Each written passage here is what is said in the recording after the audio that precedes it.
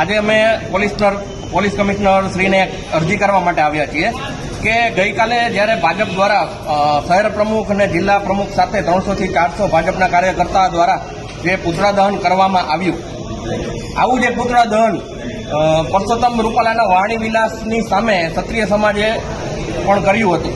આજે બંધારણમાં બધા લોકોને એની અભિવ્યક્તિ રજૂ કરવાની આઝાદી આપેલી છે, તો કોઈની અભિવ્યક્તિ રોષ તરીકે હોય, કોઈની અભિવ્યક્તિ અરજી તરીકે હોય, તો જ્યારે પોલીસ દ્વારા ક્ષત્રિય સમાજના 3 ભાઈઓને પુતળા દહન બાદ એમની ધરપકડ કરવામાં આવેલી હતી.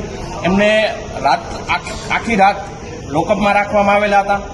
તો ક્ષત્રિય સમાજ રાજકોટ દ્વારા આજે પોલીસ કમિશનરને અરજી આપવામાં આવેલી છે કે ગઈકાલે જે પુતળા દહન થયું એમાં પણ એ જ જે ગંભીર કલમો ક્ષત્રિય સમાજ ઉપર લગાવવામાં આવેલી હતી એ જ કલમો ભાજપના જે આગેવાન છે એની ઉપર લગાવવામાં આવે.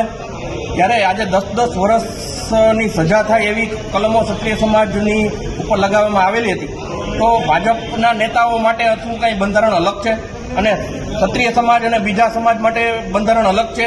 આવું એ પુરવાર થઈ રહ્યું છે. તો અમે કમિશનરશ્રીને અરજી આપવા માટે આવેલા છીએ કે આની ઉપર ત્વરિત કામગીરી કરવામાં આવે.